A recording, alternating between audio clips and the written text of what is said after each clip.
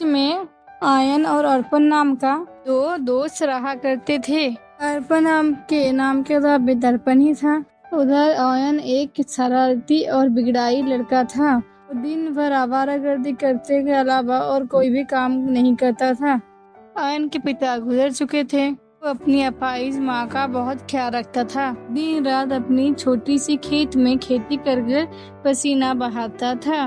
एक दिन जब आयन थका हारा शाम को घर आया, उसकी माँ कोमल ने उससे कहा, अरे बेटा आयन, तू दिन भर इतनी मेहनत करता है और फिर रात को आकर मेरे लिए खाना भी बनाता है। थोड़ा आराम भी कर लिया कर बेटा। क्या कैसी बातें कर रही हो माँ? मेरी उम्र अभी जवानी की है और जवानी की उम्र काम करने की होती है, आराम करने की नहीं। मैं तुझे दिन भर पसीना बहाते हुए देखती हूँ तो मुझे अपनी अपाहिज होने पर बहुत अफसोस होता है कि मैं तेरे लिए 2 वक्त की रोटी भी नहीं बना सकती। मेरा दिल छोटा मत कीजिए माँ जी। मैं जब आपके लिए खाना बनाती हूँ तो मुझे बहुत अच्छा लगता है। आयन ने इतना कहा ही था कि पड़ोस में रहने वाले सुखू चाचा वहाँ पर आ गए थे। कमल की ओर देखकर बोले, अरे बिमला बहन, बहुत खुश नसीब हो, आयन जैसा पुत्र तुम्हें मिला है। तुम्हारा पुत्र आयन है जो दिन रात खेत में काम कर कर पसीना बहाकर तुम्हारी कितनी सेवा करता है और तो और वो तुम्हारे लिए खाना भी बनाता है। और एक मेरा पुत्र है जो दिन भर आवारागर्दी करने के अलावा और कुछ भी काम नहीं करता है। अरे चाचा, ऐसी बात नहीं है। अर्पण धीरे धीरे करके काम करने लगेगा। खाक काम करने लगेगा बेटा। पहले वो सिर्फ काम नहीं करता था, दिन भर निठल्ला बनकर घूमता था, लेकिन अब तो वो गांव के लड़कियों को भी छेड़ने लगा है। आप उसकी शादी क्यों नहीं कर देते? शादी के बाद वो सुधर जाएगा। ये कैसी बातें कर रही हो कोमल बहन? उसकी शादी कर किसी भी लड़की का जिंदगी बर्बाद नहीं करना चाहता। काम काज तो कुछ करता है नहीं, जो अपने लिए एक वक्त की रोटी का इंतजाम नहीं कर सकता, अपनी बीवी को क्या खिलाएगा? अरे आयन, तू तो उसका दोस्त है, तू उसे समझाता क्यों नहीं बेटा? आप बिल्कुल भी चिंता मत कीजिए सुखू चाचा, मैं इसके बारे में कल अर्पण से जरूर बात करूँगा। अरे ये लो, मेरे घर पर आज खीर बनी थी और खीर तुम्हें बहुत पसंद है ना आयन, इसलिए मैं ये तुम्हारे लिए लाया हूँ। आयन ने सुखू चाचा से खीर ले ली और सुखू चाचा मुस्कुराते हुए वहाँ से चला गया। अगले दिन आयन अर्पण से जाकर मिला और बोला, अर्पण, तेरे पिताजी तुझसे बहुत परेशान रहते हैं, तो कुछ काम धंधा क्यों नहीं करता? अर्पण आयन का दोस्त था, लेकिन अंदर ही अंदर आयन से बहुत जलता था, क्योंकि गांव में सभी लोग आयन की तारीफ करते थे। उसकी बुराई की बात पर अर्पण गुस्से से बोला, तो मेरा बाप मेरा शिकायत अब पड़ोसी के घर पे भी जाने के करने लगा। हाँ, अरे ऐसी बात नहीं है अर्पण, खुद चाचा हमारे घर के जैसे ही तो है और तू तो मेरा दोस्त है। भला वो मुझसे नहीं कहेंगे तो और किससे कहेंगे?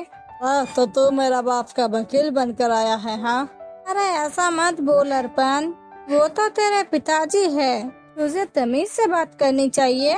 अगर तू कुछ काम काज करेगा तो उसमें तेरा ही फायदा होगा भाई, और तेरे पिता के ऊपर मेहनत का बोझ थोड़ा कम हो जाएगा। अभी मेरी को काम करने की उम्र है नहीं, ये तो मौज मस्ती करने की उम्र है। नहीं अर्पण, ये तो काम करने की ही उम्र है। तो इस उम्र में ही आदमी मेहनत कर सकता है और तरक्की कर सकता है। तो जवानी के दिन बेकारी में गुजार देता है, उसके ऊपर बुढ़ापा किसी हिसाब से कम नहीं होता। मेरी बात को अकेले में कभी ध्यान से सोचना। ना कहकर आयन अपनी खेतों की ओर चला गया। अर्पण गुस्से से उतरे जाता हुआ देखने लगा। अपने आप से बोला, साला पहले मेरे ही साथ गिल्ली डंडा खेलता था, आज मुझे ही मेहनत का पाठ पढ़ा रहा है। अभी वहाँ पर सूर्या सिंह अपने कुछ आदमियों को लेकर अर्पण के पास आ गया। सूर्या गांव के लोगों को सूद पर पैसे उठाता था। उसके बदले वो उनसे भारी ब्याज वसूलता था। प्रिया गुस्से से अर्पण से बोला, अरे ओ, तुझे पता है ना कि इस महीने तुझ पर ब्याज कितना चढ़ गया है? हाँ पता है मुझे, बोला तो था तेरा पैसा सारा लौटा दूंगा। अरे लौटा दूंगा नहीं बे, कब लौटाएगा? पिछले 4 महीने से तू मुझे बेवकूफ बना रहा है। मैं सिर्फ तेरे पिताजी का लिहाज कर रहा हूँ अर्पण। तेरी जगह कोई और होता तो मैं उसे पीट पीट कर उसकी हालत खराब कर देता। सूर्य की बात सुनकर अर्पण थोड़ा सा सहम गया। थोड़ी सी मोहलत और दे दीजिए। ठीक है, मैं तुझे 1 घंटे की मोहलत और देता हूँ। अगर 1 घंटे के अंदर मेरे प्याज समझ पैसे वापस नहीं मिले ना, तो मैं अपने पैसे तेरे बाप से जाकर वसूलूंगा और उन्हीं के सामने तुझे मार मार के तेरा भरता बना दूंगा, समझा ना? ना कहकर वो गुस्से से वहाँ से चला गया। अर्पण अपने आप से बोला, क्या होगा? जो पैसे मैंने इससे प्याज में लिए थे तो सब मैंने जुए में हार गया। या नहीं, मुसीबत क्या आ गई यार। अगर सूर्या पिताजी के पास पहुंच गया तो वो तो मुझे घर से निकाल देंगे। तभी अर्पण के दिमाग में एक तरकीब सूझी। तरकीब आते ही अर्पण की आंखें चमक गई और वो अपने आप से बोला, काम करता हूँ, आयन से मांगता हूँ। इस पूरे गांव में आयन नहीं है जो 1 नंबर का बेवकूफ जिसे इस बेवकूफ को गाँव वाले समझदार कहते हैं, से जाकर बेवकूफ बनाता हूँ। मुझे उम्मीद है कि वो मुझे पैसे जरूर देगा। अर्पण दौड़ता हुआ आयन के पास पहुँच गया और मदद मांगने लगा। तो मैंने मना किया था जुआ खेलने के लिए, किंतु फिर भी जुआ खेला। एक सूर्य तुझे मारने के लिए कह रहा है। मुझे बता रही यार, मुझे तू पैसे दे दे। वादा करता हूँ कि अब कभी भी जुआ नहीं खेलूंगा और मेहनत से काम करूंगा। मेहनत करके तेरे पैसे जल्द से जल्द लौटा दूंगा। आयन की फसल कुछ दिन पहले ही बिकी थी। उसके पास पैसे रखे हुए थे। आयन ने वो पैसे अर्पण के हाथों में देकर बोला, ये ले पैसे और जाकर सूर्या को दे दे और कल से जाकर कामकाज शुरू कर दे। अर्पण पैसे लेकर वहाँ से सीधा सूर्य के पास पहुँच गया और उसने वो पैसे सूर्या को लौटा दिया। अगर अर्पण एक बिगड़ैल लड़का था। दूसरे दिन वो सूर्या से और ज्यादा पैसे भारी ब्याज में ले आया और कुछ ही दिनों में उसने वो सारे पैसे जूहे और शराब में उड़ा दिए। आयन की माँ की तबीयत अचानक से खराब हो गई। डॉक्टर ने आयन को ये बोल दिया कि माँ की इलाज लंबा चलेगा। आयन को अचानक पैसे की जरूरत आ पड़ी। आयन दौड़ता हुआ अर्पण के पास जाकर बोला, अर्पण, तूने जो मेरे पास से पैसे लिए थे, मुझे उससे थोड़े पैसे दे दे। मेरी माँ की तबीयत खराब हो गई है, ये पैसों की सख्त जरूरत है। अचानक सकपका गया, अरे अभी तो मेरे पास पैसे नहीं हैं यार, मैं बाद में दे दूंगा। अर्पण, तूने मुझे किस वक्त मूल्यत देकर पैसे लिए थे? अब तक मुझे पैसों की जरूरत नहीं पड़ी, मैंने तुझसे पैसे कभी नहीं मांगे, लेकिन आज मुझे वाकई ही बहुत ज्यादा पैसों की जरूरत है। आयन की ये बात सुनकर अर्पण के गुस्सा साथ में आसमान पर पहुंच गया। तुझे तो गांव में हर कोई अच्छा बोलता है ना, है तो कोई भी उधार दे देगा, जाकर कहीं और से उधार क्यों नहीं मांग लेता? अरे मैं पैसे क्यों उधार मांगूंगा अर्पण, जब मेरे पैसे तेरे ऊपर निकल रहे हैं। अर्पण ने आयन को पैसे देने के साफ इनकार कर दिया। बात पर आयन का दिल टूट गया। इस तरह से परेशान होकर बोला, मेरा दोस्त है अर्पण, इसलिए मैं चाहकर भी तुझे बुरा नहीं बोल सकता, लेकिन हाँ, अब मैं तेरी शिकायत पूरे सतह से जरूर करूँगा। उन्हीं का लिहाज करके मैं यहाँ से चुपचाप जा रहा हूँ। कहकर आयन चला गया, लेकिन अर्पण को अपनी बहुत ज्यादा बेइज्जती महसूस हुई। तभी अर्पण ने देखा गाँव के सुखिया काका अपने हाथ में एक पोटली पकड़े हुए आयन के घर की तरफ जा रहे थे। अरे कहाँ जा रहे हो सुखिया काका, आखिर तुम्हें आयन से क्या काम पड़ गया? हाँ, 2 दिन बाद हमारी बिटिया की शादी है। इस पोटले में बिटिया की दहेज के सोने के गहने हैं। अपनी पत्नी बिमला के साथ शहर में कुछ खरीदारी करने के लिए जा रहा हूँ। तक के गहने मैं आयन के घर पे रखने के लिए जा रहा हूँ। जा भला, आयन से ज्यादा ईमानदार व्यक्ति इस गांव में और कौन हो सकता है। इतना कहकर सुखिया चाचा वहाँ से चले गए। की बात सुनकर अर्पण के अंदर आयन के बारे में और ज्यादा नफरत बढ़ गई। भी वहाँ पर सूर्या अपने कुछ आदमी के साथ दोबारा उसके घर आ पहुँचा।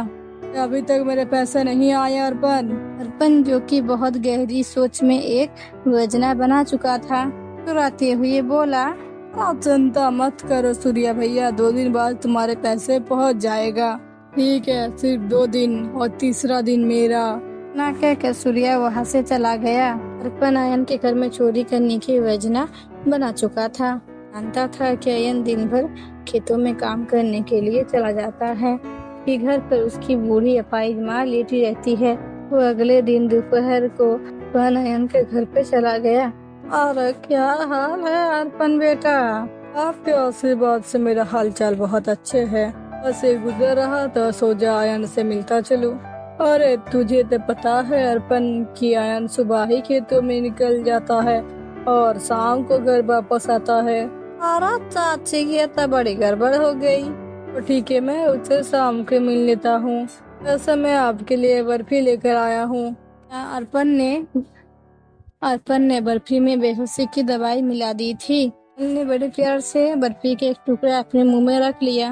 बर्फी खाते ही कोमल को बुरी तरह से नींद आने लगी। वो कुछ ही पलों में बेहोश हो गई।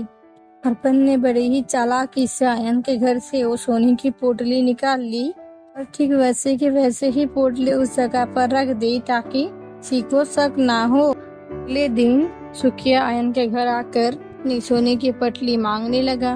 गहने वापस कर दो आयन। आयन ने सुखिया की बात सुनकर वो पोटली उसे वापस दे दी। जैसे ही सुखिया ने पोटली खोली, देखकर हक्का बक्का हो गया कि उसने पत्थर के टुकड़े के अलावा कुछ भी नहीं था। मेरे सोने के गहने कहाँ पर है? देखकर आयन के माथे पर पसीना आ गया। अरे काका, आपने मुझे जैसे ही पोटली दी थी मैंने वैसे के वैसे ही वहाँ पर रख दी थी। मैंने तो खोलकर भी नहीं देखी।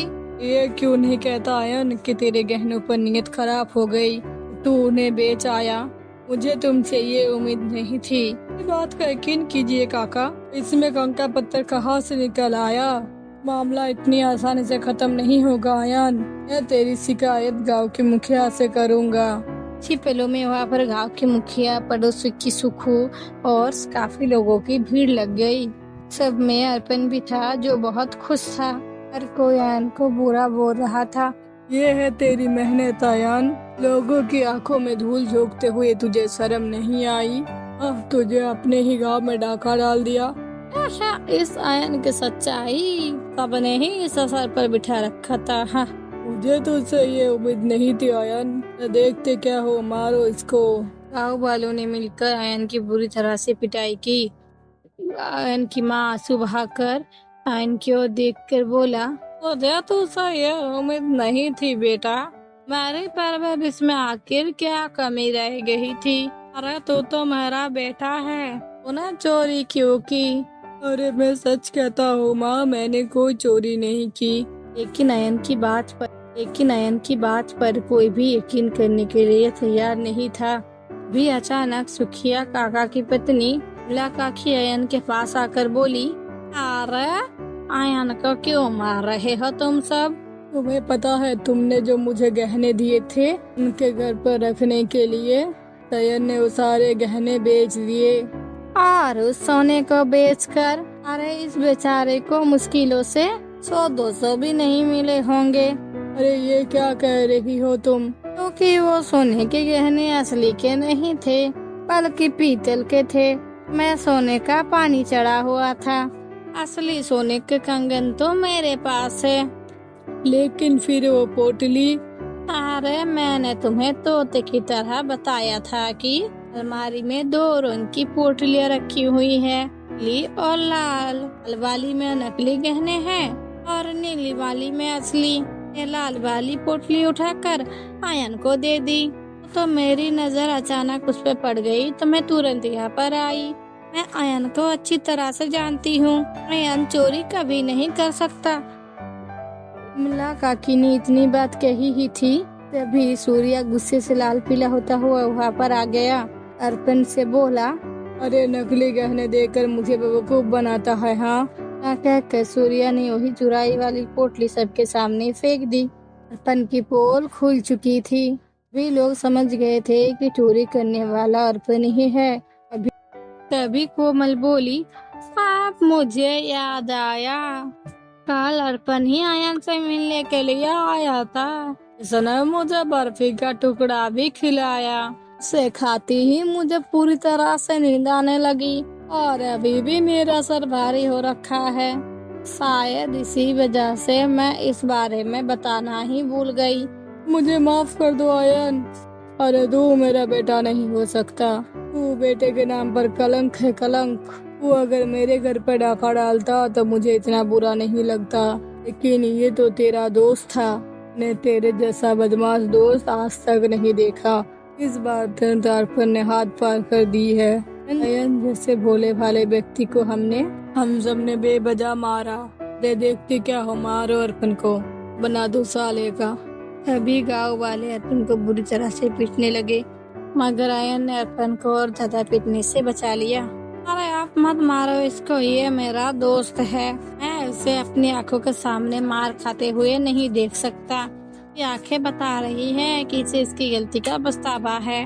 उनकी बात सुनकर अर्पण रोने लगा। उनके पैरों पर गिरकर बोला, मैंने तुम्हें फंसा रहा था और तुमने ही मुझे बचाया पीटने से। सच में तुम्हारी सच्ची दोस्ती ने मेरी आंखें खोल दी और मुझे एक बदमाश दोस्त से एक सच्चा दोस्त बना दिया। हाथ जोड़कर सबसे माफी मांगी और उस दिन के बाद अर्पण आयन के साथ मेहनत करने लगा। प्लीज़ हमारे कार्टून चैनल को लाइक और कमेंट कर दीजिएगा। थैंक यू और सब्सक्राइब भी कर दीजिएगा।